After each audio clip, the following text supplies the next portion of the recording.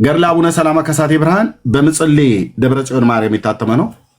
ክብረ ነገሥት በአዲስ አበባ ዩኒቨርሲቲ የጥናትና ቋንቋዎች ምርምር ማዕከል የተዘጋጀ ነው። ኦርቶዶክስም ራሷ የምትቀበለው ነው። በእነዚህ ሶስት መጽሐፍቶች ላይ ስለ ታቦቱ መምጣት ሶስት አይነት ሀሳብ አለ። የማን ነው ስህተቱ? የጴንጤ ስህተት ነው? ጴንጤው ታቦት የላችሁም ብላችሁም ትሉ። እናንተ እኮ ራሱ እንኳን ታቦት የላችሁም። ታቦቱ ይሄኛው ከእስራኤል መጣ ይላል።